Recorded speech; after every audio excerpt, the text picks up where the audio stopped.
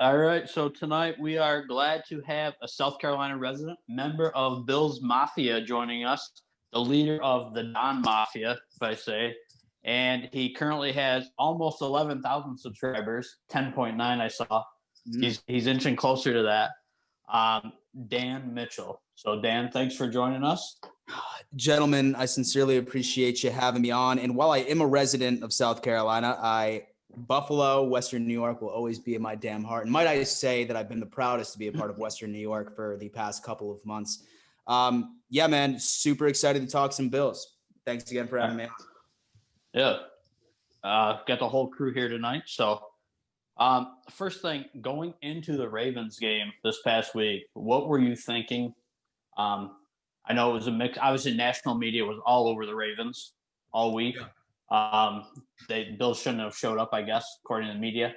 What were your thoughts going into the game this week? And so my expectations were completely the opposite of what ended up happening, man. I mean, when you end up just looking at the pure fact that we were going up against the best rushing offense in the entire NFL, and there's no question that the Bills all season have struggled tremendously in stopping these high-powered run offenses. Going into it, man, I thought that we just needed Josh Allen to put the team on his back and just continuously make great offensive drives and just essentially beat the shit out of them with points and take the ball away from their running backs and make Lamar beat you with their arm. But then once you go into this game, right, I mean, I'm pretty sure their first, 19, 20 attempts were running the ball in the first place. Yeah, and without Josh scrambling on the one in the first half, they literally had no rushes. Yeah, exactly. So, I mean, saw that from the Ravens. And, I mean, really at the end of the day, if you were to tell me before this game started that the reason that we were going to win this game was just because our defense was about to shut them out by 3 points, I would have called you fucking crazy. And to be honest with you. Dude, it was. I think we were all kind of expecting that, in the high 20s, low 30s shootout. For sure. Because we had seen the Bills' defense against the run, we thought the Bills were going to have to put up points, and obviously the win could have played a part in that Saturday night. But we saw both ends with the win playing a part. So, Dan, when was the last time you went to a game in Buffalo? Last time I was at a game, week 4 last year against the Patriots. I was there too. Were you? No, I was. I was partying with Portnoy in the Hammer Lot, doing ketchup and mustard and all that jazz. Oh, you were with Portnoy? Yes. Okay. Very interesting, bro. I didn't make it over to the Hammer Lot. It was a little too insane, and I was there since 6 a.m., so I was completely destroyed. Yeah. But for all we know, we probably drunkenly walked past each other on the sidewalk. Probably, because we park right on the road. I'm with a group of people who have a bus, so they literally park on Abbott Road in a Hammer Lot. So we stand on the sidewalk and have to let people go by while we're getting hammered and yelling shit, holding up signs. So it's a really good chance that our paths did cross. Yeah, man. Normally I always go, and so I always try to go to a couple of away games. I always try to go to at least when the Bills go to Miami because it's Miami, right? Why not just make a vacation out of it? And I always try to go to at least one home game, but I regret not going to 2 last year, especially with practically all things considered. There's nothing that I would rather be doing than tailgating, right before that Ravens game or right before the Colts game. Dude, come on. Yeah. I made it to the Eagles game as well last year. Did you? That was the only 2 games I went to. And oddly enough, my wife and I talked about, before we found out we were having a kid, we talked about, let's get season tickets. Because once you buy aftermarket tickets, then you pay the fees. Yeah. You go to 2 games, you've almost paid for 1 season ticket at that point. I mean, I bought 4 tickets to the Patriots game, and I think I spent almost $600 right there. So I thought we really thought about it, and then we decided not to once we found out we're having the baby. Good thing we didn't, because nobody went to a game until 2 weeks ago. But you would have had first dibs, and so right to a ticket, right to either the Colts or the Ravens game, right? Yeah, so apparently they went down their list. If you went to the first game, you couldn't go to the second game. They just kept going down their season ticket. I thought it was seniority for who's held tickets longest. Oh, yeah. Possibly, but you could only go to one or the other. Yeah, you couldn't go to both. You had to pick one. If you That's went a to good system, though. It is. Yeah, I mean, they clearly have a lot of tickets. So, I asked you that because Adam and I were talking the other day. There was 3 missed kicks in this game, And I read a lot on social media, people talking about how I can't believe Tucker missed those kicks. I saw even Bills fans saying, I'm not really sold on Bass and I can't believe he missed it. And Adam and I were talking, I don't think people realize that the prevailing wind in that stadium is a crosswind. It was ripping too. It is not a straight wind down the field, up the field. It is straight across the stadium. And that stadium actually sits down in the ground a little bit. It's not just right on top of the surface. Like you have to go down in a little bit. Yeah. I don't think people realize that. And so honestly, I think people can't be upset like with Bass either. I mean, I understand he had his struggles at the beginning of the season. Yeah. But I mean, this man has been so consistent for us, like from week 6 on. Right. From that point by itself. So I mean, I'm not willing to then again, I do not want any game moving forward to be decided by him since he is a rookie. And I know that That's true. I'd rather not find that out for a game-winning kick when the game is on the line, and it just so happened to be his first attempts during the AFC Championship. But I mean, I wouldn't hang him from the cross just yet. That's for sure. 49-yarder with a crosswind, I wasn't upset about. No, I thought that one eye black on one side, I think it leans him one way or the other. I'm not sure what's going on with that. Yeah, dude. Man. Well, I mean, we'll see what's going on. Like, I mean, say for example that anyone gets mad at Bass for missing that kick. I mean, the best kicker perhaps ever is 2 on Saturday night. Yeah. So I mean, yeah. there's definitely some factors that a lot of like the mainstream sports media doesn't take into account. Yeah. Right. Yeah. They do a lot of talking. They don't do a lot of their homework. I actually know what they're talking about. Yeah, like Nick Wright. Hate that bad. I watched one video of that dude, and I would probably drown him in a shallow puddle of piss if I could. A shallow puddle of piss. Yeah. I like it. That, and then I'm pretty sure Bailey's was saying that Baker is a better quarterback than Josh Allen earlier. That sort of jazzed me up a bit earlier this week. Yeah. Oh, I did hear that. Yeah. Yeah, he's all over him. Because that makes sense. Oh, yeah, for sure. I heard today Colin Cowherd thinks they should push back the AFC Championship game until Mahomes is ready to play. What? No one would ever forgive the NFL. They are not dumb enough to do that. Right. They're not dumb enough to do that. Right. Yeah. We'll get into that though. Not unless they did like some massive conspiracy and Patrick Mahomes gets COVID while he's getting his concussion treatment. Oh, we have to postpone it to next week. Sorry, but right. Whatever. Well, he shouldn't be at practice anyway for his concussion protocol. So yeah, exactly. All right. So next thing, obviously the biggest probably play of the game, and Dan, I did watch your reaction again. I actually had it up. I had your live stream up on my iPad when it happened. Yeah. But I wasn't. I was paying attention to TV. But what was your initial reaction to the Taron Johnson interception? Because I know first thing I thought was, you idiot, go down. Don't try to return that. Yeah. And then when he got to about the 10, you're like, all right, let's go. And I actually hurdled my couch. I was like jumping. So I was pretty pumped up. And I know, obviously, seeing a video of you were ecstatic. So, bro, here's the thing, right? Like, I mean, I think it just happened so fast, and it was a roller coaster and a culmination of me being really intoxicated and me being nervous, like just basically visualizing Lamar Jackson running it in or something along those lines and just making the game a hell of a lot closer than it should have been.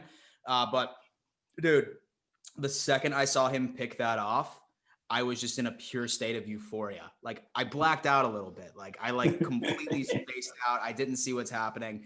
And dude, was probably, in my opinion, one of the biggest plays that happened in Bills history for the past 20, 25 years. I would agree with that. Yeah. I would say one of the biggest ones to happen. Fun fact too, he only has 2 career interceptions and both of them are pick sixes. And both of them were when he was playing on primetime on NBC. Yep. Yeah. Too bad game's not on primetime this week. NBC. And so it's on NBC. No, it's not. Oh, it should be. Should be just for Taron. Yeah, exactly. So, but yeah, dude, crazy stuff. I actually called the turnover. They got to be like first and goal. And I just looked at Elliott. I'm like, he's going to turn it over here. I thought the defense timing was perfect the way they ran that scheme.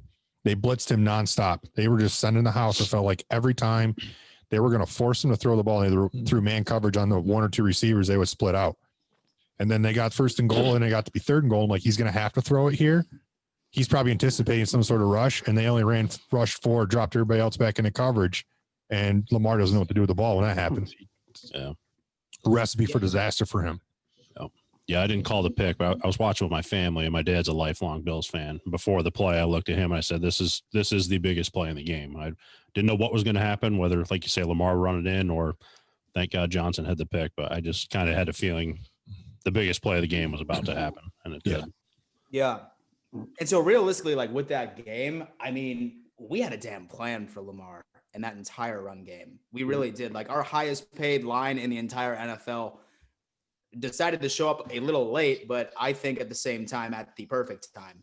I mean, Zach City, like keeping him in the pocket. I mean, I can maybe remember 1 or 2 like big runs where like he like was either Lamar or his running backs that like we had a complete answer for this entire team. And I was not expecting our defense to win this one for us. Yeah, and I think failed last year running against us too. You only had like 40 yards last year, 34. Yeah, I think, exactly. And even though they gave up, I don't know what they gave up, like 150 around there. I would say 150 seems like a lot, but to the Ravens, that is nothing. Compared to that's nothing to what they usually do. And every time like 245 against the Titans the week before. Yeah, right. And I think a big piece of that was the defensive backs. I thought they set the edge really well. There wasn't, like you said, there wasn't many big run plays. I think everybody kind of stepped up. I'd like to know, I don't have the stat with me, but how many first down plays were like 2 yards or less? Because that's when you get Baltimore in trouble. Yeah. Yeah, man, I wouldn't know. But I mean, I do not imagine that, that was a lot for sure. I did not imagine that was a lot. And Adam, you mentioned like they set the edge. I noticed that as well. I thought Mario Addison and Jerry Hughes did a good job of not getting too deep in the pocket. I know Hughes is notorious for coming off the edge, dipping his shoulder, trying to get underneath the lineman to grab a hold of the quarterback. And him and even Murphy, those guys didn't get too far, inside and on the edge and too deep into the pocket. That's where Lamar takes off. You get too deep, too committed, he just goes around the outside and he takes off. I thought they did a very good job of not getting too deep, focus more on keeping a pocket in front of him so that if he did split out, someone was probably going to be there to grab a hold of him and he couldn't really go up the middle. So they clearly had some sort of game plan for him that worked. It might be a blueprint for other teams moving forward. Yep. So Dan, this next question, I'm going to combine kind of the two topics I sent you from Brian Dable. So obviously he is now staying in Buffalo, which I think a lot of people are excited about now that he didn't get the Chargers job. But do you think it's potentially going forward? Obviously, we'll see this week. I think the offense has struggled, and I think it's more play calling than anything the past 2 weeks. Mm-hmm. I think he hasn't been as creative, just getting Josh to do what he needs to do. Uh-huh. It seems like he's being a little more conservative with play calling the past couple of weeks. Yeah. Yeah, I mean, I think that's a tremendous point. I mean, I think that you and I and the rest of the gentlemen on this show are completely in agreement that we think that the play calling hasn't necessarily been up to par. But I mean, as much as he'll deny it, those interviews that he was going through those first 2 weeks, he was distracted. Let's be completely honest. Right. Because not only do you need to sit down and come up with a game plan in the playoffs, but then you also need to figure out how you can sit down with this new organization and pitch to them why you are the guy. There's going to be a lot of whiteboard. There's going to be a lot of like scheme situations. He's studying for 2 different things. One is for his personal career and one is for the team. I mean, it's just going to happen like that. Thank God he's back. Thank God the Chargers are complete dumbasses and they ended up going with that guy from the LA Rams rather than an offensive coordinator who has already proven that he can develop a young quarterback with promising arm talent. I have no idea why the hell they didn't take him, but I mean, I'm not complaining. I mean, I'm completely fine with him going on ahead and staying for the Bills for one more year. But as far as this week too, I mean, there's always things that you need to look at where Brian Dable always seems to rise up to his competition. And as much as everyone was like, oh, okay, the Baltimore Ravens, this is going to be a test for us. But I mean, I hate to bring up this take because it pissed me off so much last year when people said it about the Bills that we didn't play anybody. But it's true, right? Like the Ravens' last 6 games were against like bottom dwellers of the entire AFC. And they ended up beating the Titans, who, in my opinion, were a relatively overrated team in general. We just had a really bad game against them that one week when they had all like the sort of missed schedule. But yeah, let's just hope that Dable, the offense in general, can go on ahead and rise up right to the occasion this time. Because I mean, I have very rarely seen so far this year where the Buffalo Bills have 3 like the offensive performances. So I mean, I'm really hoping we see this. I'm hoping that Beasley feels 100%. Hoping Diggs feels 100%, and we'll see what's going on there. Would you? So getting in 11-1 since losing to the Chiefs, by the way. Right. Let's say lost to the Chiefs. I don't remember what week it was. They're 11-1. Week 6. Yeah, but you're absolutely right. We actually talked about in our podcast last week who they've played, the Ravens, and it was like what I say the last 5 games. The only team they played with a winning record was Cleveland. The other 4 games, I believe, were the Bengals. Was it their last game, which they had to win to get into the playoffs, which was an easy game considering they don't even have Burrow. And then they played the NFC East. They played Dallas, I believe the Eagles maybe, and the Giants. Those were the other games. Yeah. And so just give me. So, I mean, really at the end of the day, maybe Dable was just looking at it from this perspective that he didn't need to dial it up this early into the playoffs, especially since he was anticipating us to see a lot scarier opponents moving forward. And the Chiefs are damn scary. And I mean, I'm not trying to like speak this into existence because I'm not trying to jinx it, but either the Bucs and the Packers are pretty damn scary too. So I think that we need to go on ahead and yeah. So, I mean, let's just hope that that's the case. Let's hope that the distractions are completely out of the way. And yeah, would love to see Josh Allen throw up 40, 50 points against the Chiefs. Are you kidding me? Oh, yeah. Yeah. Nothing would make me happier. Yeah, and I think that you just brought a good point with the Packers and Bucs too. I think potentially you probably have the best 4 teams in the NFL still left. Because I would put the Bucs up there. Obviously, that's the only team that everybody's been questioning all year. But I think I would put them at least in the top 5 in the NFL in teams. Yeah, I would agree. Oh, yeah, for sure. Yeah. For sure. I did look today for a little side note. The only team that scored more points than the Bills in the regular season was the Packers by 8 points. So, just by 8 points? 8 points. Interesting. Interesting. And so many people, right? Like, I mean, I can't tell you how many people are in my comment section, my DMs being like, oh, dude, like, just wait, like, you know, and for the Chiefs to blow you guys out by 14, 20 points. I'm like, y'all haven't been doing that all fucking year.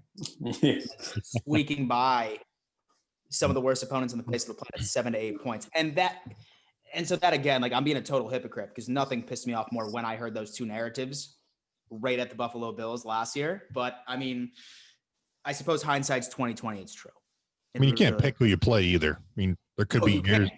The schedules could be tough. You never know, but it is what it is. It's a timing thing. So yeah, ask the Steelers for 75% of their season. Yeah. All right, and then so getting into this week's game, Dan, what do you think keys are to beat KC, and what kind of game? Obviously, we've been talking about a little bit. What kind of game do you think it's going to be? Obviously, it depends on Mahomes too. Yeah, for sure. So, I mean, let's just say the most likely scenario, I believe that Mahomes is going to play. And so, I mean, there's almost no doubt in my mind that he's going to be out there. I mean, he does have a foot injury though. So I'm not sure that we're going to be seeing 100% Mahomes out there because even watching last week before he got that concussion, he was hobbling around the entire second and third quarter going into it. So, I mean, he has a nagging injury going into it, but here's my thing. And this is an unpopular take, but I'm going to go on ahead and I'm going to say it anyway.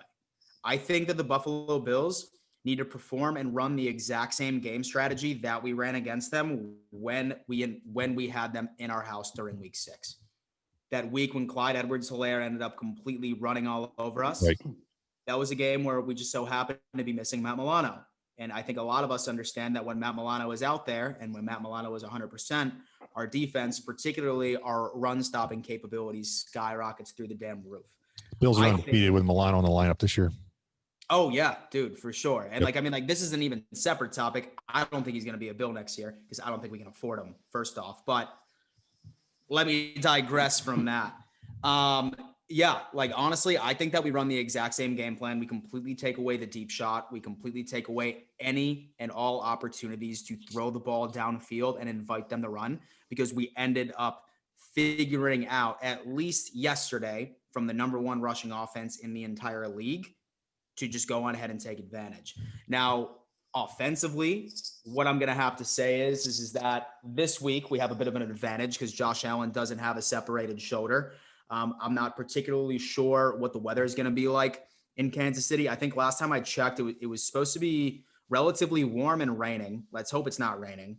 Let's pray to God it's not raining. It's funny that we say that, and so a quarterback from the Buffalo Bills doesn't play too good in bad weather, but let's hope the rain can go on ahead and die down and just let that air raid attack go, because frankly, I'm not scared of the Kansas City Chiefs defense. Maybe, of course, by that one defensive tackle, Chris Harris, right? Yeah. Chris Harris, obviously, he's a game wrecker. But I mean, really, at the end of the day, I think our offensive line has been doing fantastic, especially against these big-time playing defensive linemen. And I'm not scared of their secondary at all, maybe minus the Honey Badger.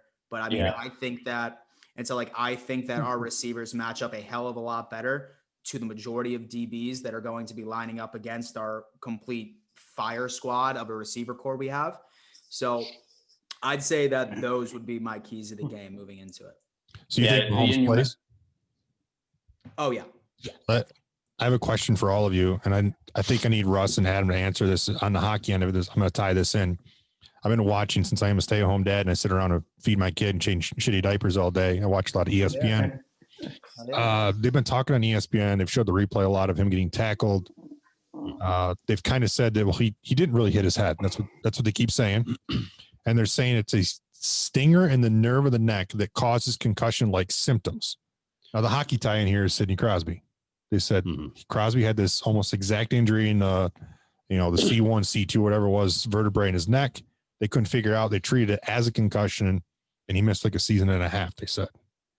Yeah, he had substantial concussion issues when he was younger. The one thing I know from hockey is you can sustain a concussion from whiplash, where your head is not the point of contact. So just because he wasn't hitting the head doesn't mean he can't have a concussion. Right. So that's what I keep hearing this week is it's something to do with the nerve in his neck. Now, I prefer do the Bills have an easier game if he doesn't play? Yeah, whatever. Yeah, I would prefer the Bills go out and beat the Chiefs with Mahomes playing. I really would prefer that. Yeah, I don't want that asterisk of, well, what would have happened if he played? Right. Exactly. Honestly, I just want it. If we win, I want to beat them at their best. And that sounds corny as shit. But I mean, know that all the doubters are just going to say that, oh, if Mahomes is in there, this would be a, total different game. Well, it'll be last season's whole debate about was the season easy or not. They'll just say, well, you only made it through the playoffs because you didn't have to play Mahomes. Right. So it'll be nice to finally squash the naysayers who at this point, it's like, how are you not seeing what's happening? Yeah. I feel like Josh is always going to naysayers. People are just unfamiliar with the Bills because we're a small market. Well, it's like they've given up on them for the last 20 years and they don't even want to think about the fact that this franchise could actually be coming back. Right. So I am sitting back this week and I'm watching the NFL because for the last at least 5-6 years, we've heard nothing but player safety. And I feel like I'm catching this vibe from everybody of they want Mahomes is going to play and almost like they're hurrying him back. And They've put it on the back burner almost at this point. Yeah. And I'm thinking to myself, this guy had to have two people catch him from falling back on his ass, hitting his head or not, whatever he's got going on. If it's a nerve or a stinger, like that's not, to me, that's more scary than an actual concussion. I feel like if he swatted his head off the ground, he gets back up, you go through protocol. The fact that he went to stand up, couldn't stand up, someone had to help him off the field because he had baby deer legs. To me, that's more scary. If it was Josh, I got to be telling you, I'd be sitting here saying, wait, it's been a great year. If for whatever reason Josh can't play and it's because it's better for, next year and he's more healthy, then that's what you do. You don't hurry back a guy because you want to go to the Super Bowl, and risk him going out there and taking one shot and all of a sudden he's got issues long term. Yeah, a young gun like that's going to have so many more chances. Especially a guy who just got paid a lot of money. Yeah. Yep. 100%. All right. And then getting into our last segment. So, Dan, I texted you earlier. So we do a thing on the podcast called 3 stars each week. So for you, who are your 3 stars for the season for the Buffalo Bills? All right. I'm going to give you the 2 obvious ones. And then I'm going to give you one that I'm not sure a lot of people would agree with me on. Well, maybe once I get my explanation, they will. The first 2 obvious is Stephon Diggs and Josh Allen. I think a lot of them, their chemistry that they've been developed in an unprecedented season. I mean, they missed out on thousands and thousands and thousands of practice snaps without OTAs, without a real training camp, without a preseason. And the chemistry that they were able to make just off of some impromptu workout in Florida over the summer is insane. Like, not only do I think Stephon Diggs makes Josh Allen a hell of a lot better, I think Josh Allen makes Stephon Diggs even better, which is even surprising. I mean, I wouldn't even be able to think of where this team would be. I still think we would have made the playoffs. I don't see 13-3 without Stephon Diggs. And I don't see 13-3 with the connection that he had with Josh Allen. Number 3 is Jordan Poyer. Soon as when he got paid over the offseason, there was just something in the back of my head. I'm like, oh shit. And so he just got the bag. He's about to be trashed now. Or he's about to be satisfied. He's going to sit back and really not want to go ahead and try. But I mean, this guy has been an absolute animal when it comes to our secondary, and not a lot of people talk about him. They really don't. He's the most underrated safety in the entire NFL. He's some of the glue that holds our defense together. And I mean, I would say that Poyer is, in my opinion, between him and Matt Milano, the best players that we have on defense today. Oh yeah, they're definitely those 2 are definitely most consistent. Yeah, on the team for sure. I go back and forth with Edmonds. I love that draft pick when they made it, but he's very inconsistent. Yeah, he misses a lot of tackles, but and so he's 23, dude. He's young. Yeah, oh yeah. But when he shows up, he shows up. He does. Yeah. Did I see last week he actually led the Bills in tackles this year? Yeah. Edmonds did? Yes. What? Yeah. No, I think Poyer did. I thought Poyer did. He was at one point, but they threw. I'm pretty sure you have to double check it. But Statboy, do you want to get on that? I thought they threw up a graphic at one point, and I was surprised because I know Adams at times has been on. I like Edmonds. I think he wasn't 100%, but he forced himself to play with Milano being out and the timing of it for the betterment of the team. He played through injury. I think when he got healthier, he got a lot better. Milano had 13, Edmonds had 12, and Micah Hyde 12 tackles season. Yeah, no, that's what season tackles for the season. Season should be more than that. That's like a week and a half. That might be playoffs. You're looking. That might be playoffs. Is it just postseason? Then it must be. I was gonna say that's what I thought too. I'm like, that can't be right. I want to say it was around I don't even want to guess, but I'm almost sure I saw a Oh, here we go. Graphic that I know at one point. I know Poyer at one point had 120. Maybe near the top. So as Taylor's kind of Dan, so Taylor is our stat man. Always got to have a good stat guy. Oh yeah, for sure, dude. Absolutely. So as we're winding down, so everyone who's listening, Dan's page on YouTube is Dan Mitchell is the name, and he is also on Instagram, Twitter, TikTok. Anything else? No, that's about it, man. And he is at Real Dan Mitchell on all 3 platforms. He has come up with some good TikToks lately. So these other 3 guys don't have TikTok, but I do. I do have it. Dude, I feel like a giant creep on there. So, I legitimately just post.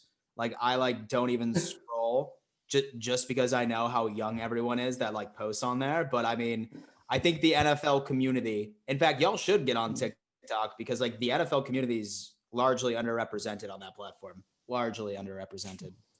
I'll get these guys going on there. So to answer your question, Jordan Poyer led the team with 124 tackles, 91 solo, and Edmonds had 119. So Poyer had 5 more than Edmonds. Yeah. So their graphic was wrong, actually. Aaron Johnson, 94, and then there was a little drop off after those 3. I'm telling you, the unsung hero, Jordan Poyer. Yep. Yeah. I agree. He will be key. So thank you, Dan, for joining us tonight. Enjoyed it. Maybe we can get you back on after free agency starts, right before the draft. Get some draft talk. Yeah, dude. Honestly, whenever you guys want, just shoot me a text. Last year we did a live stream for the draft. That'd be cool. Join us for that this year. Oh yeah, yeah, man. Work something out. Definitely come on. Figure that out. Slam some Labattis. Get hammered. Well, thanks, Dan. I appreciate it. You are welcome on this podcast anytime. If you got something you want to vent to us, just reach out to one of us. We'll get you here. My guy. Anytime, man. Perfect. All right. Thanks for joining us, Dan. No problem, man. Gentlemen, so that was Dan. That was good. It's good to have Dan on. Good. Dan is let's switch our view here.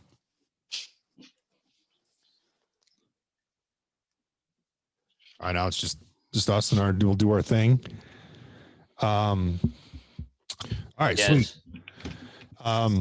So yeah, we have 3 games left in the NFL season this year, boys. 3. Mm-hmm. Seems like just yesterday we didn't even know if we were going to have an NFL season, and here we are. Yep. So I'm pretty pumped about this.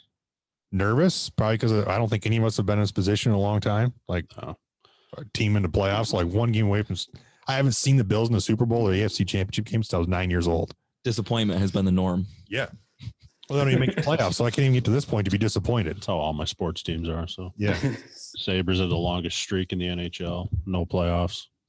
And I'm a fan of the Pittsburgh Prospects. So that's rough.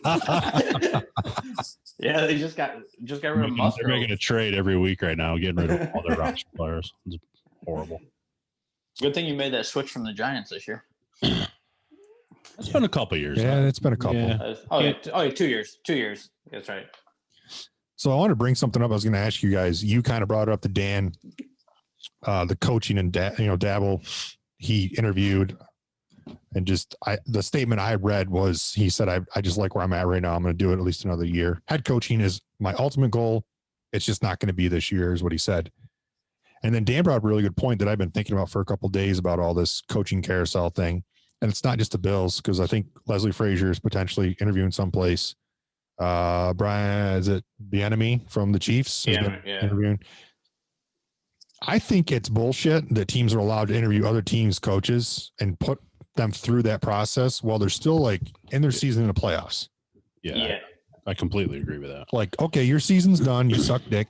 No, you can wait and we can start this when the season's over. So you think there should just be a window, like an interviewing window? They shouldn't be allowed to start interviewing teams. If you have an interest in another team's coach, who a coordinator, whoever it might want to be, I think you shouldn't be allowed to interview that team or reach out to them until the season's over for that team.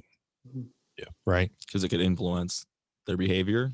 I think it's like Dan brought up, like, there's no way. I mean, I've heard that some of these interviews go from anywhere from they could be 6 to 10 hours. What? They said a head coaching interview could be like 12 hours long.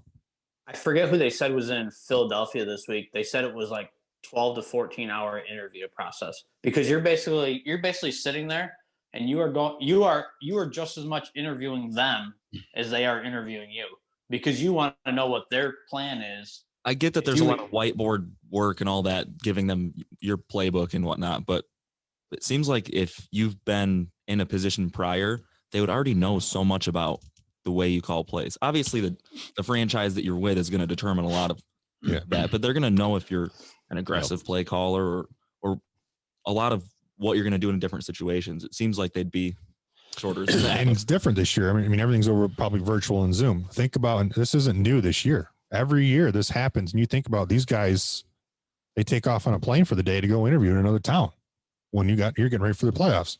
Well, those guys jumping on a plane when those he's guys getting ready aren't for the allowed playoffs. to travel. The guys that are still playing have to do it over Zoom. so they're not allowed to travel. Even like last year.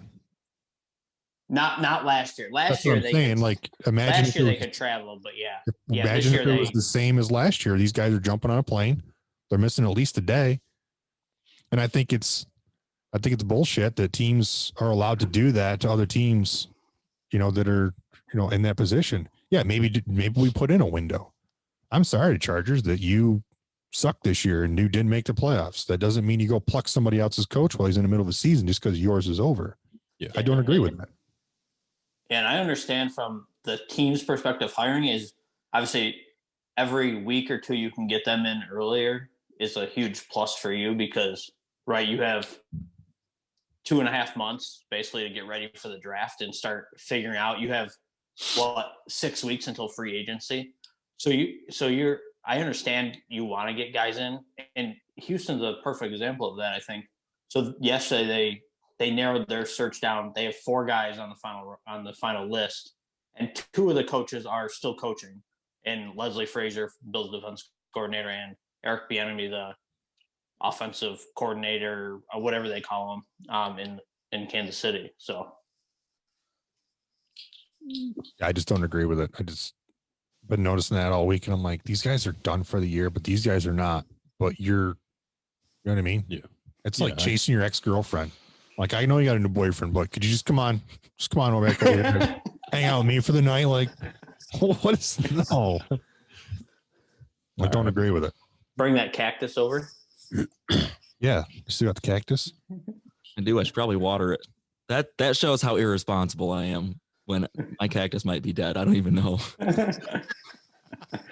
Jesus, that's not good. All right, so let's talk. I have a question before we move from football. I know he had topics already set up, so I didn't want to ruin the flow. But what was your guys' thought on Huntley when he came in? Were you guys impressed by the way he played? Just Bills game when Lamar Jackson got hurt. Oh, that yeah. My question, I guess, I was curious to see your reactions of asking how you thought he played. But if he had been in the game with 10 more minutes, do you think that there would have been more of a different outcome? Because it seemed like there was nothing working for their offense until he got in. It seemed like they started to actually change the tempo of the game and start to move the ball a lot better.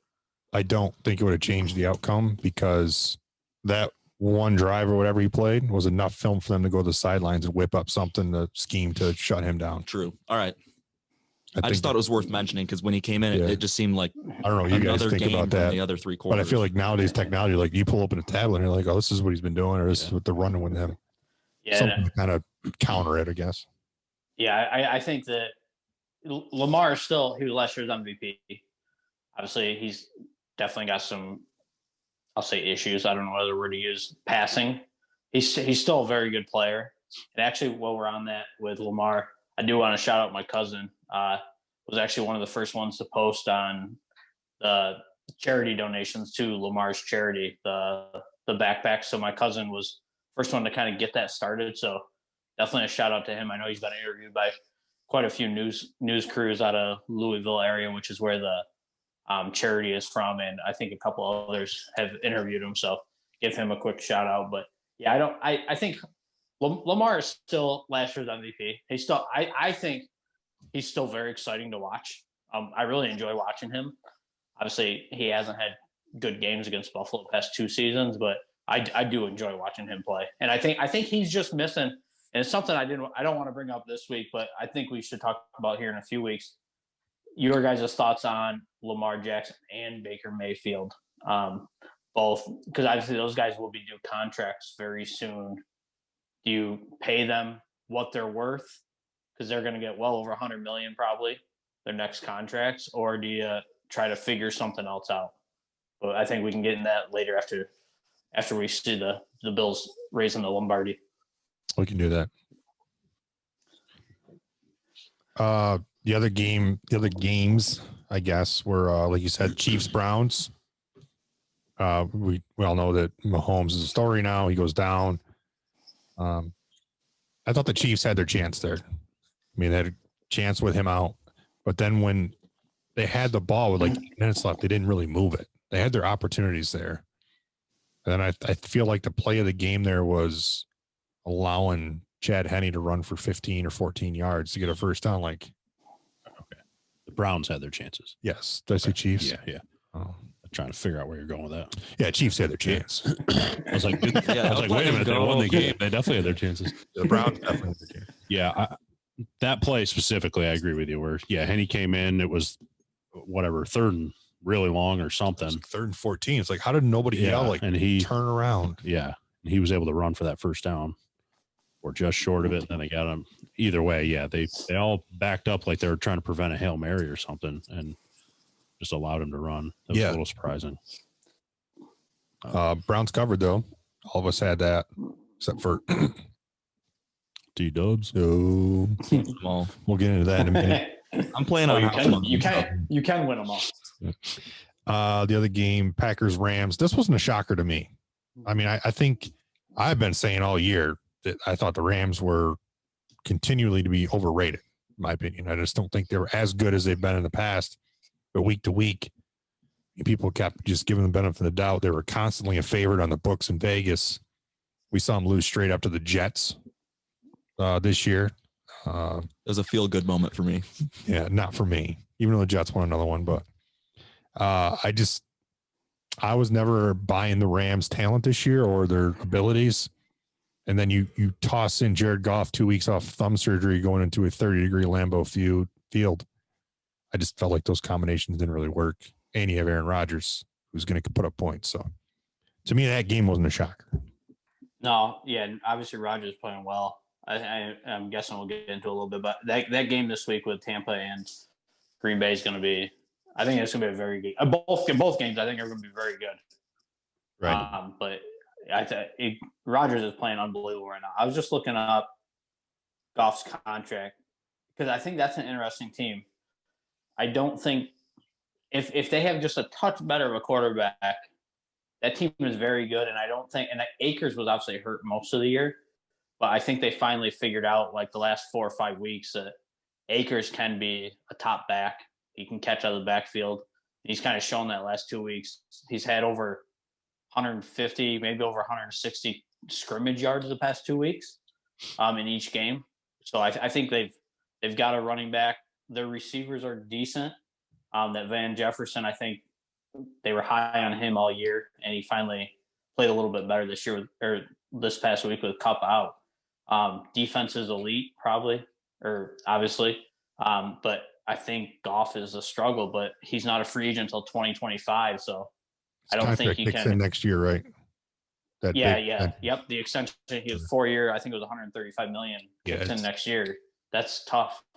It's like worse than Carson Wentz's contract. They said it's equally bad. Like, what do you do? Like, if you're not going to keep him, like, who's going to take it? Well, how do you pay for other people on the team when you're eating up that big of a chunk of a salary? I mean, it's year to year, so it depends on the cap. And don't get Russ going on salary. We don't have to go there again. I'm just saying it seems irresponsible is all. I mean, I think Allen's going to get paid a lot here very soon. So I did hear that they were going to potentially offer Allen a contract to make him the highest paid quarterback in the NFL. That's what. Which we know Mahomes just got $500 million. Yeah, so we'll see. Yeah, craziness. The other game was billions with a B. Yeah, Bucs Saints. I thought the Saints would pull this off, and I'm not going to take anything away from the way the Bucs are playing right now, but I felt like some of their victory here was the Saints turned the ball over. They gave up. Bucs scored 21 points off turnovers. Yeah. And Drew Brees was like the Oprah of interceptions. Like, you get an interception, you get an interception, and you get an interception. Yeah. I completely agree. That was the Bucs defense turned that around. Brees didn't really look good. That wasn't the way I wanted to see him go. In my opinion, we've seen the last of Drew Brees. I think so too. Yeah. Do you guys, and obviously we had this debate, I don't know how long ago, you guys asked me about Jameis. Obviously I'm a big Jameis fan, but do you guys think if they put him in, even after he throws that touchdown pass, if they put him in, do you think they hold on to that win? I don't know. Brees just seemed like he that can't, wide he receiver can't for the touchdown. Yeah. Well, yeah, I mean, he was wide open, but it just seemed like Brees he can't get the ball more than 15 yards downfield. it seems like he was struggling. So that's why I'm wondering if that opens it up, knowing, because obviously Tampa knows, right, that Brees can't get that ball downfield, right? And Tampa only lost to Brees one time this year, I think, because I think Taysom was in the other game. I don't remember exactly. I'm not sure. But Yeah. I'd be curious if they put Jameis in, knowing Jameis can throw the ball, that obviously opens up the game for Kamara a little bit. Mm-hmm. I didn't think Kamara got the ball enough. No, but he did win me a bet over 104 scrimmage yards, so Yeah, I'll take it. Didn't he only have like 11 carries or something like that? Or Yeah, I don't know what the stats are. I was more worried about the yards. So, but I thought he made me. I don't know. And Michael Thomas making $20 million a year at 0 catches on 4 targets. yeah, It's not good. Yeah. I think that was.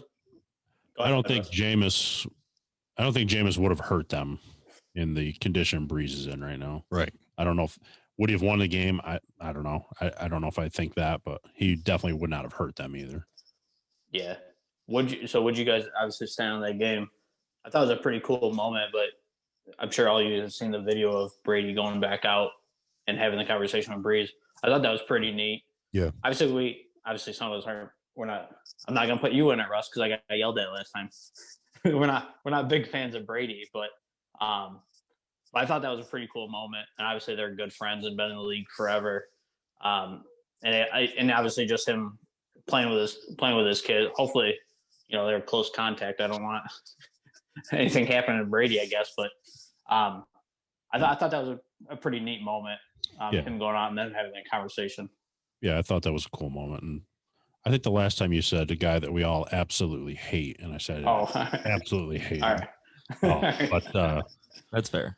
Yeah, I think, that was a nice moment. Saw Brady throwing the touchdown to one of Breeze's boys. To me, that moment on the field kind of cemented the thought that Breeze is done, and he was just enjoying some last time. Not that he can't get on that field again. That's what I was saying. Yeah. Enjoying a few last moments on that field with his sons, and Brady probably happened to see that, went out there and joined them, and said he was out there for 2 hours after the game. Yeah. Wow. Yeah, I think most games, when it's not like a primetime game, he goes out there with his kids after every game that they're there. So I think that's pretty cool. And obviously being a kid, being able to go out there. Yeah. I know obviously like 3-4 years ago, I got to go to Cowboy Stadium for an event, for a work event.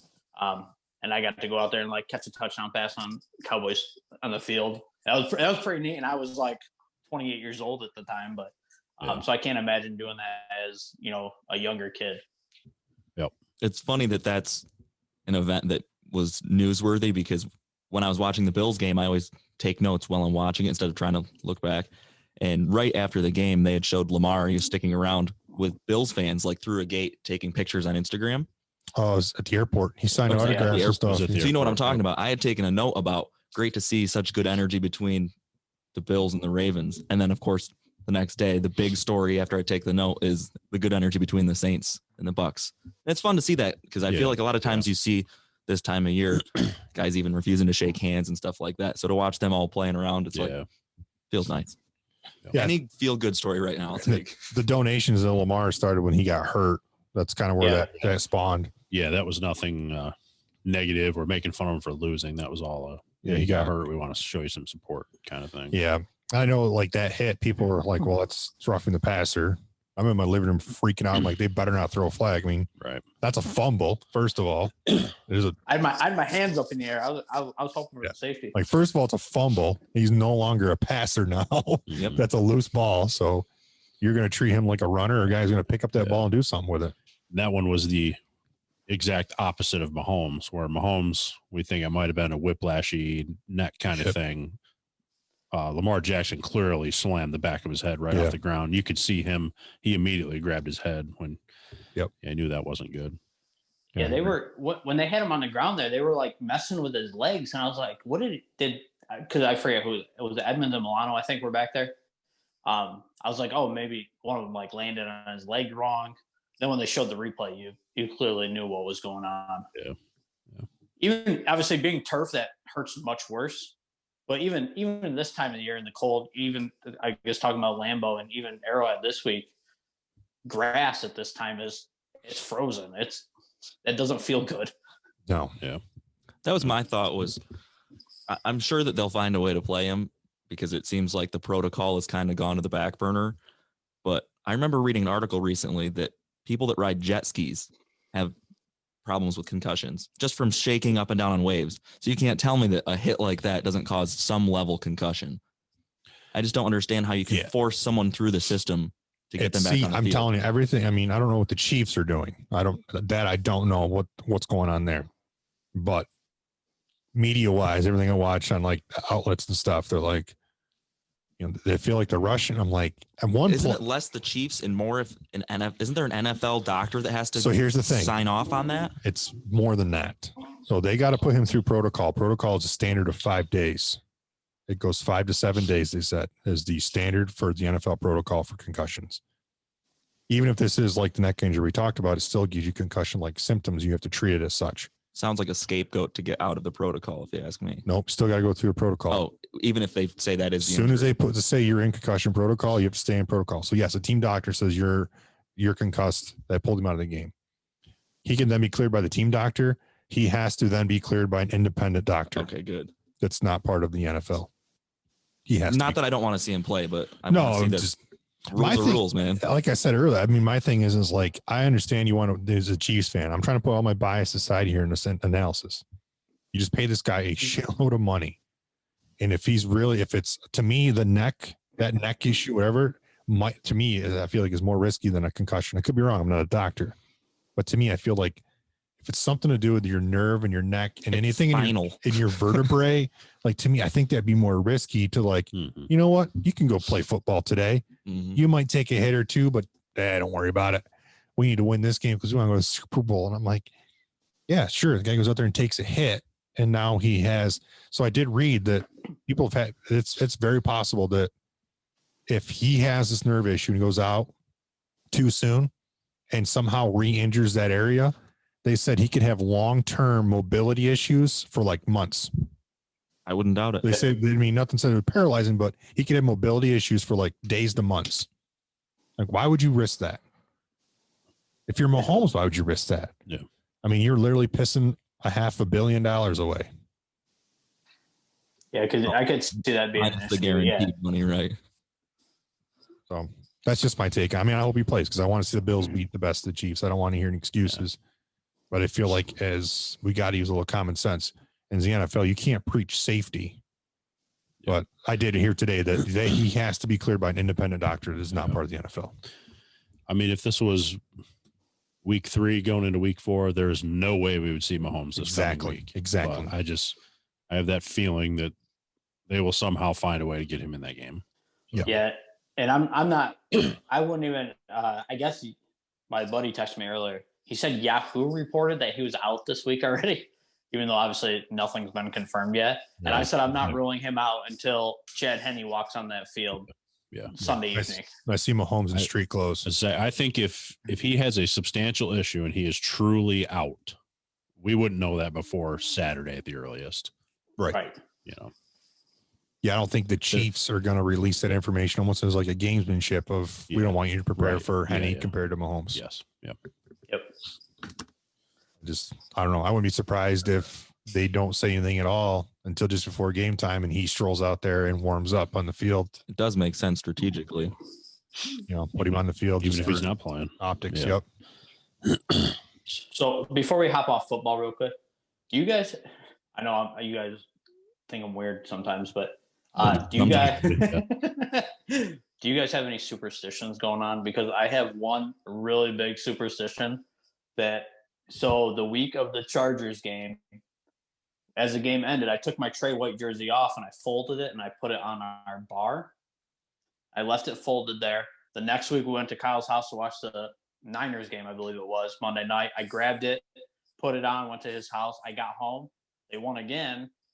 I folded it up, put it back on the bar.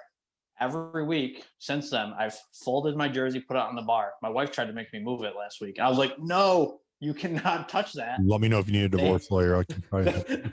They have not lost since I folded that and put it on the buffet table. And so now I like have to do it. I don't know. Obviously, something weird, but I I'm am very superstitious. I am like anti-superstition. I don't really believe in it. I think the last 3 games I've watched at 3 different places. I've watched one at my apartment. I think I watched one here, and then this past one I watched over at my sister's house or her family. So I did tell Kyle. Underwear. The only thing I've done the same every Bills game is in the morning I've taken a shit in the shower in the morning. So You do that anyway. no, that's true. Yeah. So my answer is no. Even Kyle, right? I told you Kyle asked me the Colts game. He's like, "Are you coming to my house?" I said, "No. The last 2 playoff games, we've been at your house and they lost, so I'm not coming." So if I couldn't do it. So I won't say when because I don't want to jinx it because you're superstitious. So if they get to the Super Bowl and like we have a Super Bowl party, you're just going to stay at home and watch by yourself. So that's my big debate because bad. you He was like, oh, usually the it's Super like, Bowl. damn it, I didn't think of that. You're uninvited. No. This is my seat now. I sit here. usually the Super Bowl, we go to my parents' house because my birthday's always around the Super Bowl. So that's when we have my like birthday dinner. My mom makes fried chicken because that's what I want every year. So we always go to their house, but I don't know if I can this year. Like, I don't know if I can go and watch the game because Your wife and kids are going to your parents to celebrate your birthday, and you're going to stay home. that's right. And then I'm driving to Buffalo for a fucking parade on Thursday. I don't really have any superstition. I have noticed that I think I wear either a different jersey every game or some sort of different Bills shirt. I got a shirt. Same shirt I wear every Sunday, and then when they win, I wear the same shirt Monday. It's really bad. You wash it. I do wash it. Okay. I wear my Jumpman 17 shirt on game day, and then I wear my You Dig shirt the day after they win. Oh my God. I can't say I have any. To answer your question, no. If they make the Super Bowl, I don't know if it's gonna be possible. I'm gonna try to make it happen. I want my brother to come home and watch it with me because I was 9-10 years old the last time the Bills were there, and my brother and I had to watch Super Bowls on the TV. Like I said, they had like 12 dials that clicked. You had to swat the side of it to get the picture. A wood frame around it. Yes, desk size. It was like, you know what I mean? It was like the size of that laptop. So I'm kind of the same way with my dad. He's been a lifelong Bills fan. Yeah. So if they get to the Super Bowl, I kind of feel like I've got to just go over and watch with him. So it's tough. Maybe what we can do is tailgate in the backyard before the game, before everyone goes except Before the game. That might be dangerous. I could do that. Grill out and do something like that, then go on our way. I'll get a ride ahead of time. So we'll see. I think that's my wish. I don't know if he's gonna be able to do it because of his job, but We need to buy some plastic tables as well. Oh boy. you gonna go through. If we find a plastic table, if they win the Super Bowl, I'll go through one. Can Taylor throw you through it? From the roof. That's going to be the promo for the fight. From the shed roof. I'm going to pick you up and I'm going to throw you through the table. Oh my God. It's the promo for the fight. Goodness. All right, let's guys ready to move on from football? Well, while we're on football, why don't we do our bet real We quick? do have our bet. So the update is, Adam, you're in the lead right now. You have 7 points. I think you have 6. You and I think are tied at 5. I took the risky pick, taking the Rams and the points, trying to separate myself, and it didn't work. Adam, I have a sheet here for you, so I will just All right. keep it consistent. I'll circle it for you whenever you pick. So if you Make want sure you to, circle the right ones. I will. Don't you worry. All right, if you want to go ahead with your first pick, Adam, Bills Chiefs. The line is 3. Bills getting 3. Chiefs -3. I'm taking Bills.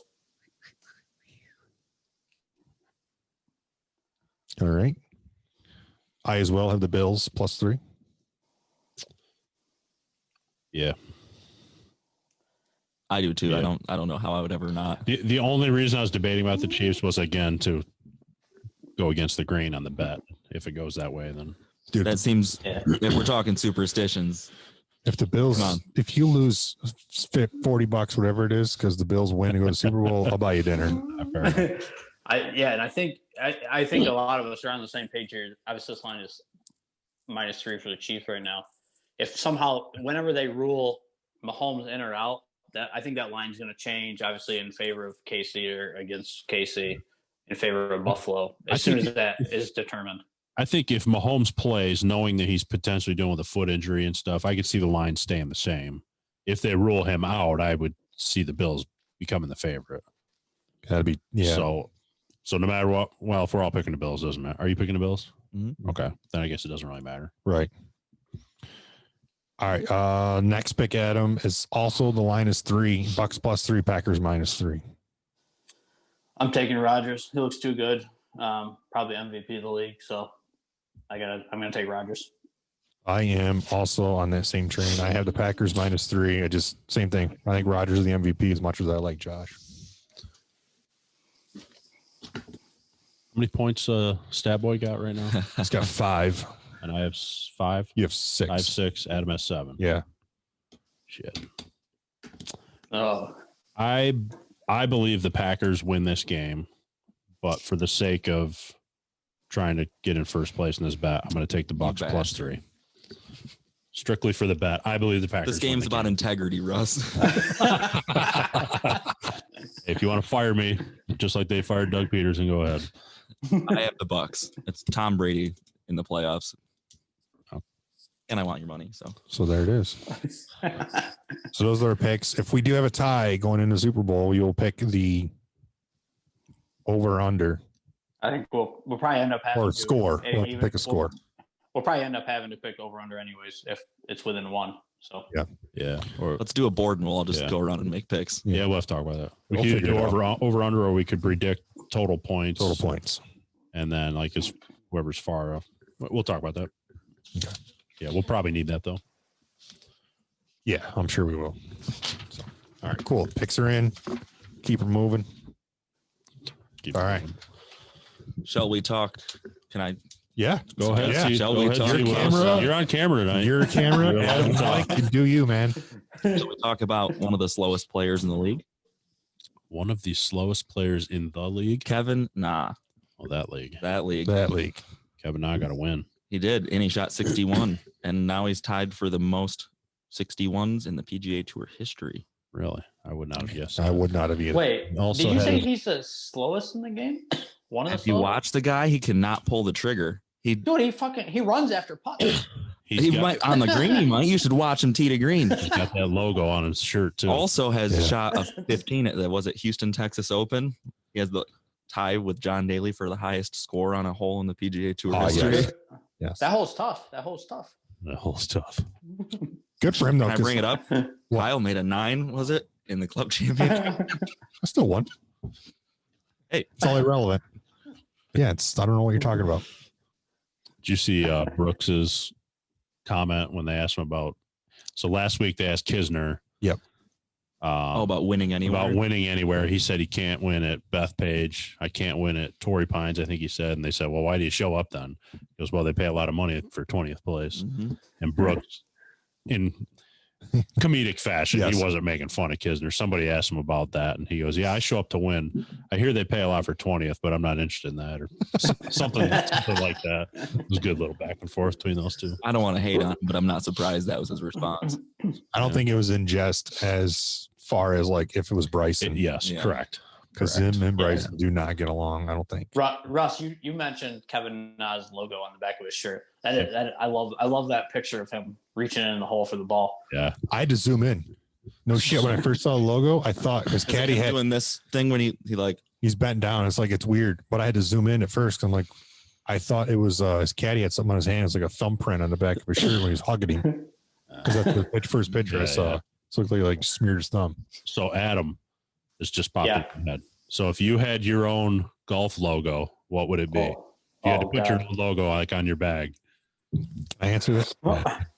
Wait, does it have to be like? Are we talking like a silhouette like Mickelson and Na have? Yeah. Or Yeah. oh man, It'd be the Ken Griffey Jr. logo, but a golfer in the line going right. yeah, it just shot tracks just headed dead right. I was gonna say it Fair enough. a gun, Go right over my August right barrel. shoulder. Polish rifle, Polish sausage rifle. Polish sausage rifle. Oh boy. I don't know. That's a good question. I'll have to think about that. I think about that.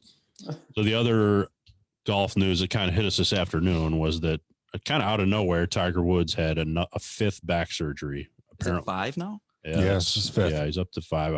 I saw the medical name. I didn't look it up, but they said he's hoping to be back by the Masters, so it can't be. It's obviously not as substantial as a fusion that he had. Did they say if it was a laser one or if they cut him open or? I don't. I could try to look that up. I don't know. I tried. I texted you guys because when Russ said that the Tiger Woods news, I was like, oh no, what happened?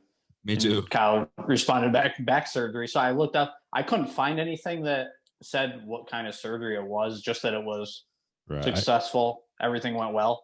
Microdiscopy?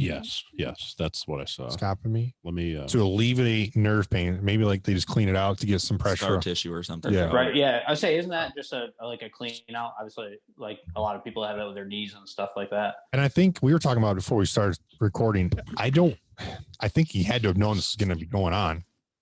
It's not something you're like, hey, can I stop in today? Like you just played golf with Charlie. You didn't look too bad. I think it's a scheduled maintenance where every couple of years they'll have to have that done. It might be. They probably monitor it. I know that's the scar tissue is something they know builds up over time. Yeah. So I'm sure you need that for mobility. He didn't do anything during the father-son that would make me think he needed back surgery. I was going to say, if it was though somewhat maintenance-y, you would think it'd be different. Knowing the timeline going to the Masters, he would have had it like a couple days after the tournament with Charlie. Yeah. Because that's been 3 weeks now or something. At least, yeah.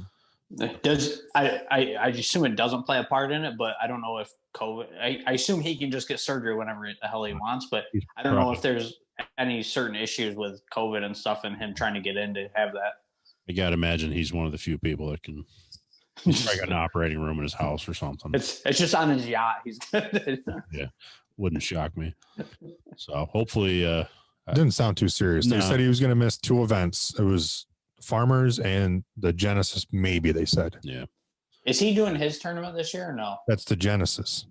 No, the Hero. The Hero. He does that. That was in Hero December. World. They canceled that. That was in December. Oh, they canceled it. Okay. Yeah, because that one's in the Bahamas. Mm-hmm. You're right. Yeah, I didn't know if they canceled it or what they did. I think his tournament's hosted now by Genesis, isn't it?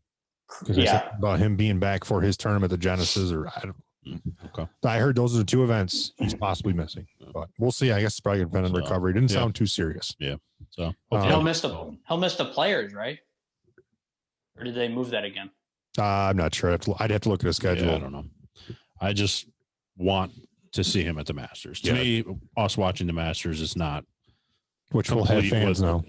Will they? Yeah, they announced last week. Sorry. I still get my ticket. But Masters without Tiger doesn't seem right. So but they did announce last week, like I saw that too. Limited number of patrons. Nice. So I didn't want to get into it while we weren't recording because I'm like, this would be a good combo. Russ hasn't seen it yet. He's going to watch it. Hopefully. Oh, okay. Have you watched the Tiger documentary?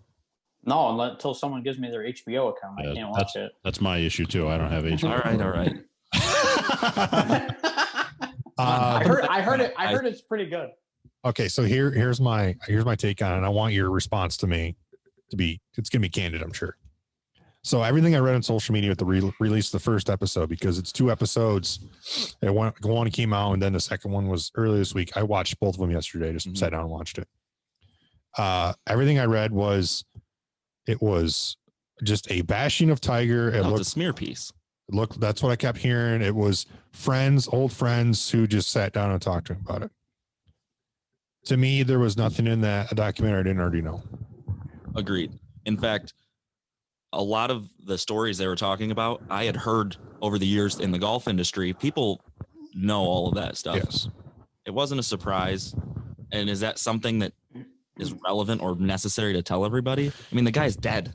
Because not to elaborate a whole lot and spoil it, but if there was a smear piece on anybody, it would have been his dad. That's how I felt. The whole thing was on Earl and the way that he womanized. And that's the dead guy you're talking about. That would be the dead guy I'm talking about. Well, everything on social media was like, oh, it was they just bashed Tiger. It was old friends. I didn't think that at all. I thought it was people that, without going too deep into it for these guys. When everything happened with his wife, he cut people out of his life without really telling them. And it wasn't the first time in his life he had done that. So it's something that was a taught behavior from his parents. It was probably driven by his mother, who was still alive at the time, that you need to do this again. But if there's anybody that painted a bad picture of, I thought it was his dad, But did they paint a bad picture, or did they paint the picture that we saw that was Earl Woods? I don't know. I always remember, and I didn't say this in the documentary, but when I had heard all these stories about him while sort of working and being a part of that whole community, was that people didn't refer to him as Earl. They called him Player.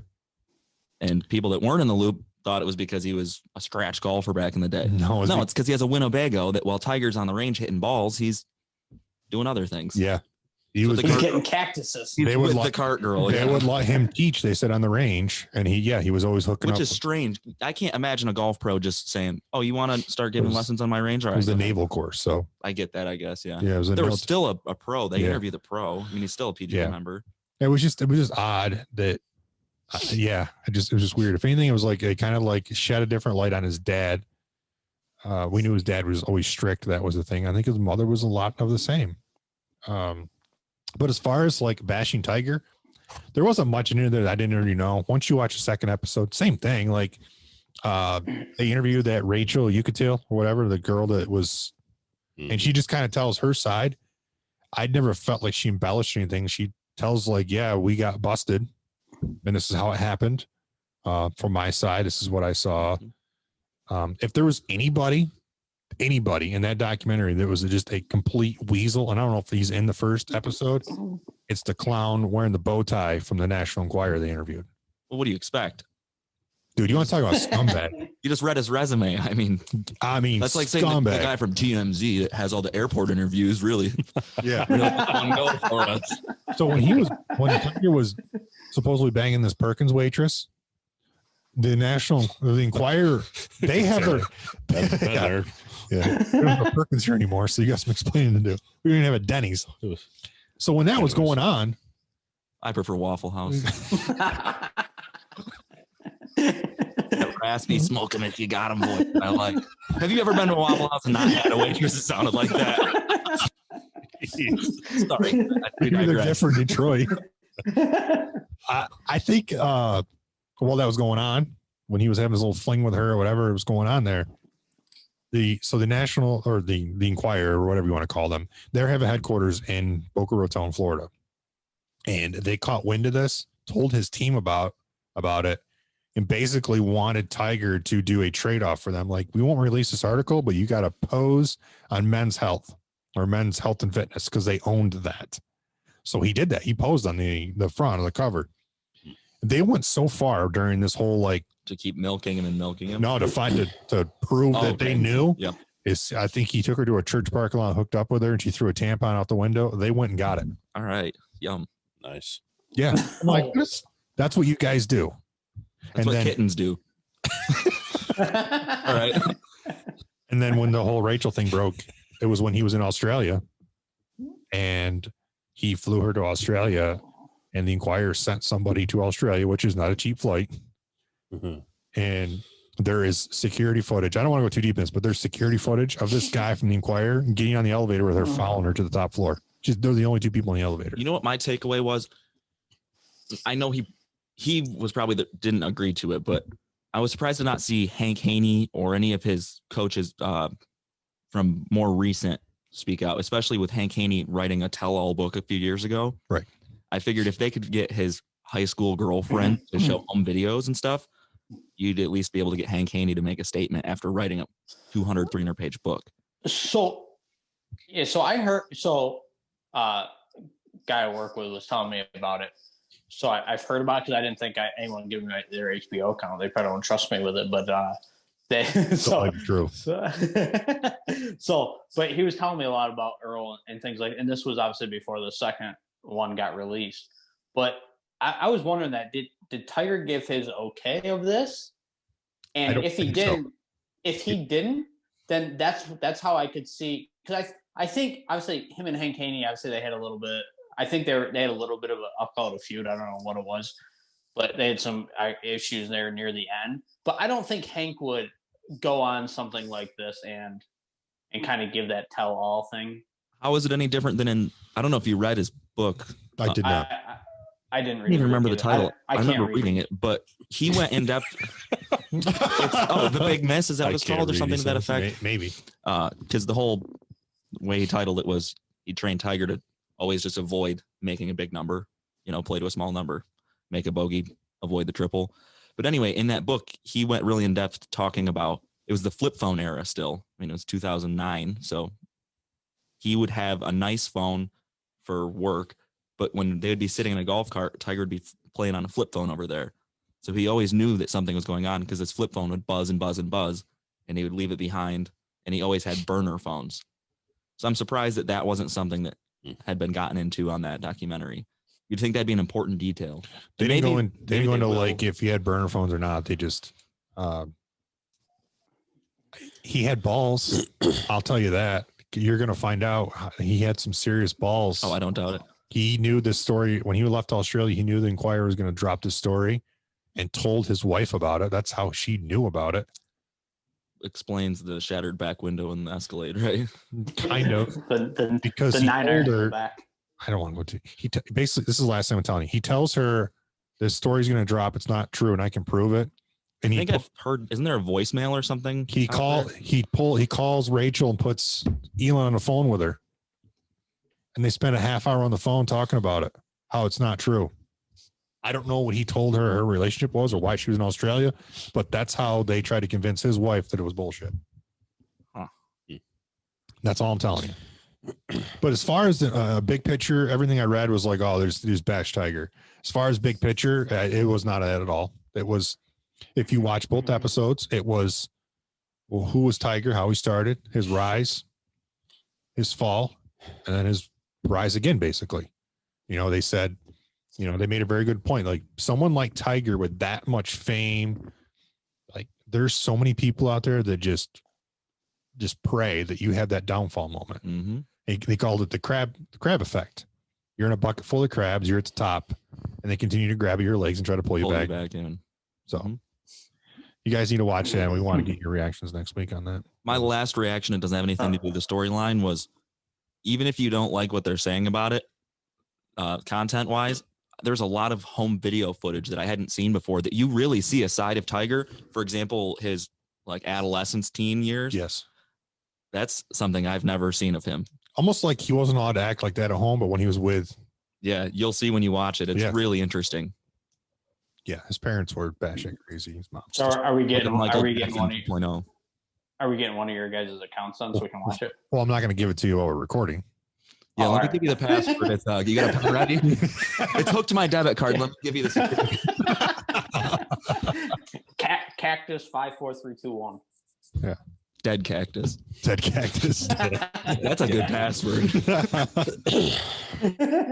We know what Taylor's password is now. That'd be Taylor's logo on his back. Dead cactus. Dead cactus. Looks like leaves are drooping. That'd be a cool logo. I might look for a dead cactus patch on Amazon or something. I'd put that on my golf bag. I can get our graphics guy to design one, and we can order some of those custom patches. There you go. Oh yeah. There We we go. might have a Dead cactus. I love it. we have a golf brand here, boys. The Dead Cactus Golf. The little logo, Mhm. get clothes and hats. What do you guys think? Talk about it. Do it. All right. I had another idea, but you go online, it's like every t-shirt ever has been designed because you can sell anything on Etsy now. But we'll talk about that too. I think it's a fun avenue to go down though. All right. What else you got for us, Adam? I got nothing else. You guys want to get into stars? I Do it. think it's important that we mention what's happening on Saturday, don't you? Poirier McGregor Oh, too. yeah, I plan yeah. on mentioning it because my first star of the week is Max Holloway. So Oh, all right. I didn't mean to jump ahead. I just No. figured that seems like a pretty big deal. I know football's really hot in the mix right now, but this is going to, in my opinion, it'll probably be the fight of the year unless McGregor fights again. I don't think that there's anything that'll top this. he one. wants to fight 2 more times this year, he said. I think we got to see how this Oh. goes. I think he might get discouraged if it doesn't go his way. I don't know. After I already think- feigning towards retirement, I think this is him sort of dipping his toes back in, maybe a money grab.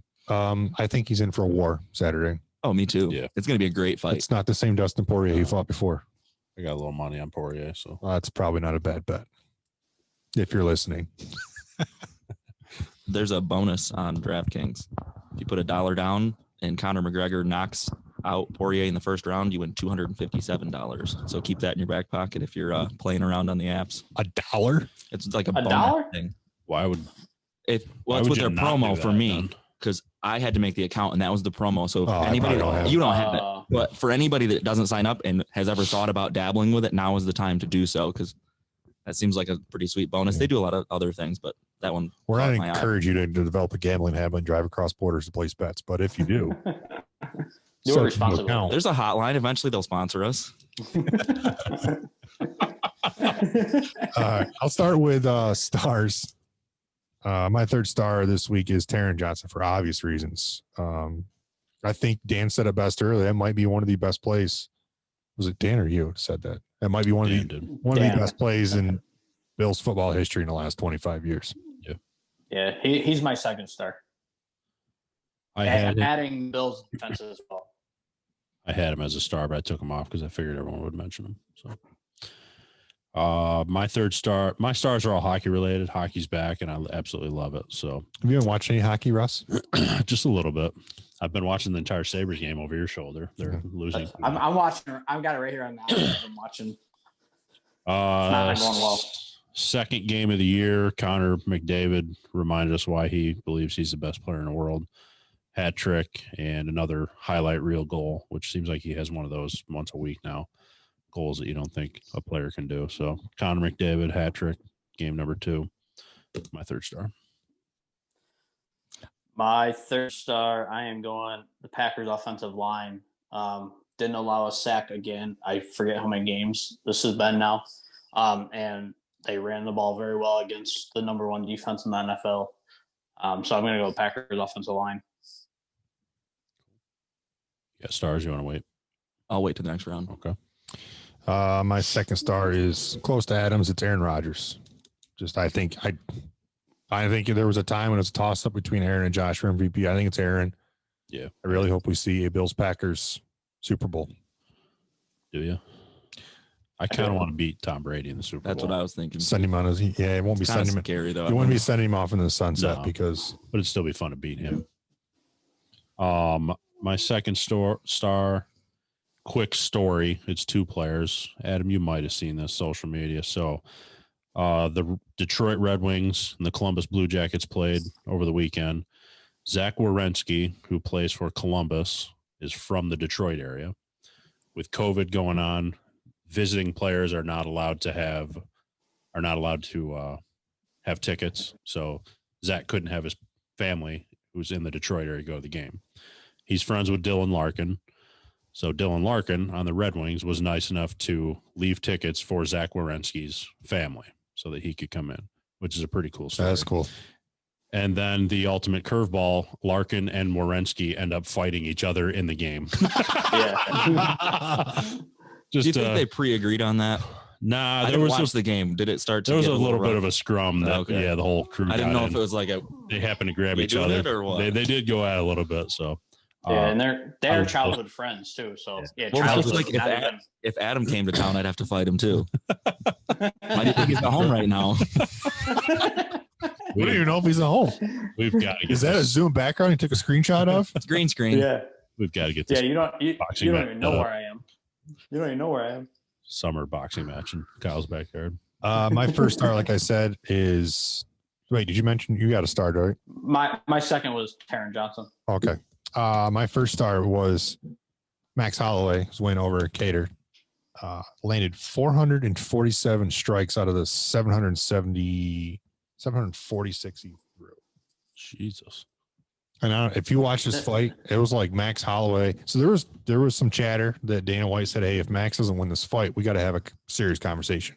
I don't think you cut Max Holloway, but you might say, hey, you want to move up a weight class or something to that effect. Because Max does bring in the viewers. The guy was throwing elbows like John Jones throws elbows, which you do not see other than from John. I mean, he was lining up right hooks and throwing elbows, landing, and it got just extremely confident. At one point, he was yelling at Cormier while he was calling a fight, not even looking at Cater and still punching Cater in the face. So, good fight there. Might be one of the best fights we see this year. We'll see. But, yeah. My first star is Max Holloway. My first star comes from a video clip I believe I sent Kyle and Adam. Jake Voracek. I just thought of this, and I don't have this exact quote, so I'm kind of kicking myself. So Jake Voracek plays for the Philadelphia Flyers. So with these games and COVID going on, they're doing Zoom post-game press conferences. They bring 2 players in, and then the media is on Zoom, gets asking questions.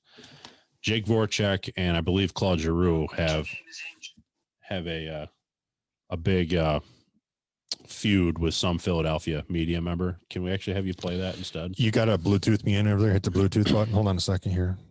Keep talking while he's doing that for me. So over the last few years, the relationship between players and media has just become very generic answers, and you can almost predict what players are going to say. So it's nice when players can actually be honest and say what they want to say. Can you hit that button again for me, bud? And then I've hit it one more time. Okay. Sometimes I got like fully disconnect and then reconnect. So, okay, I am connected here. So give me a second. I pull up your. So this is Jake Voracek of the Flyers talking to a Philadelphia media member. Does this feel, if at all, given the circumstances of the offseason and the condensed schedule and everything? Doesn't matter what I say, Mike. You're gonna write fucking shit every time. No, so it doesn't matter what you say.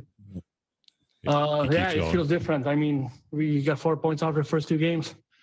I wasn't even gonna answer your question because you are such a weasel. It's not even funny.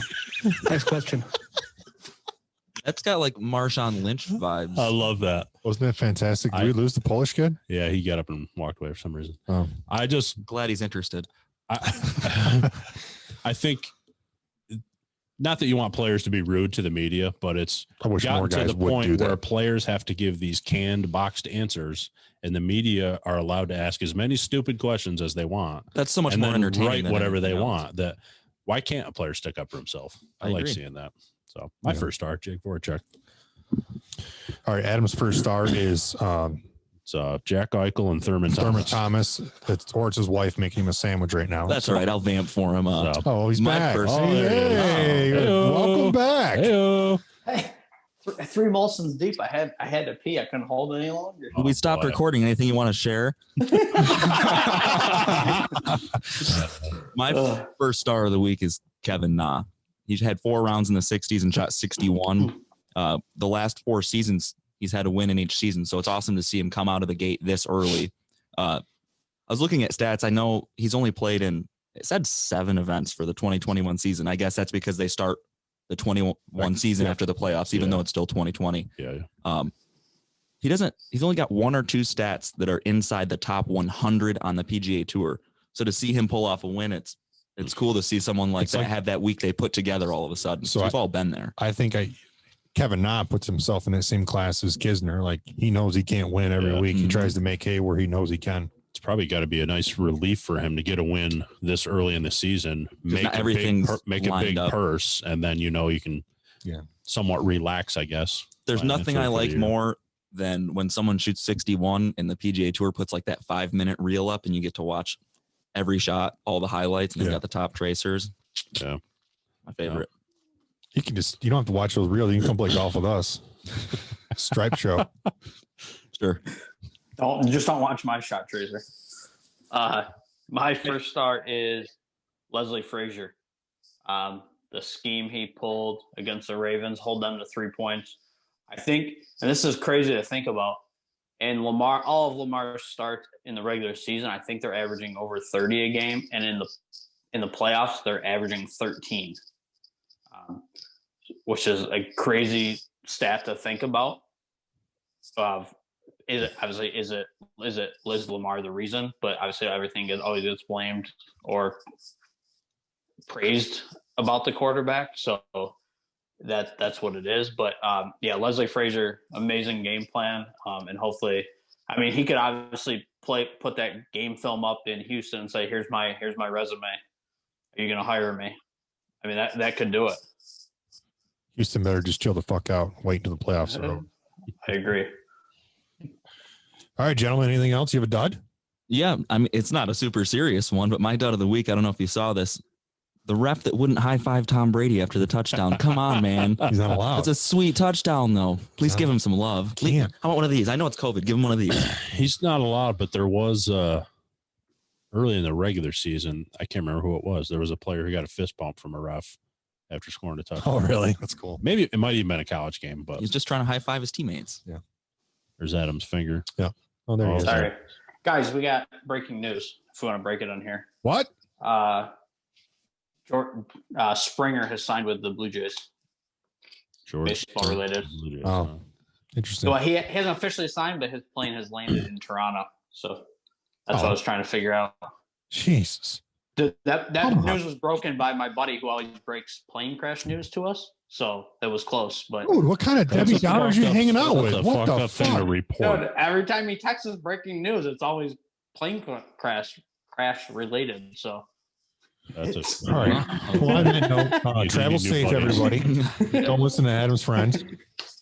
Goodness. Springer's not officially a Blue Jay. Prior to baseball season, we're gonna have a hell of a recap because there's been some serious movement this year. Yeah. So and some wiener picks. Sorry, I couldn't help. Did you guys not see today? yeah. So if you have wiener picks, send them to Adam, I guess. Send your wiener pick to Adam. If Yes, he we doesn't did. respond, just keep texting him all 62 times. All right, gentlemen. Until next week.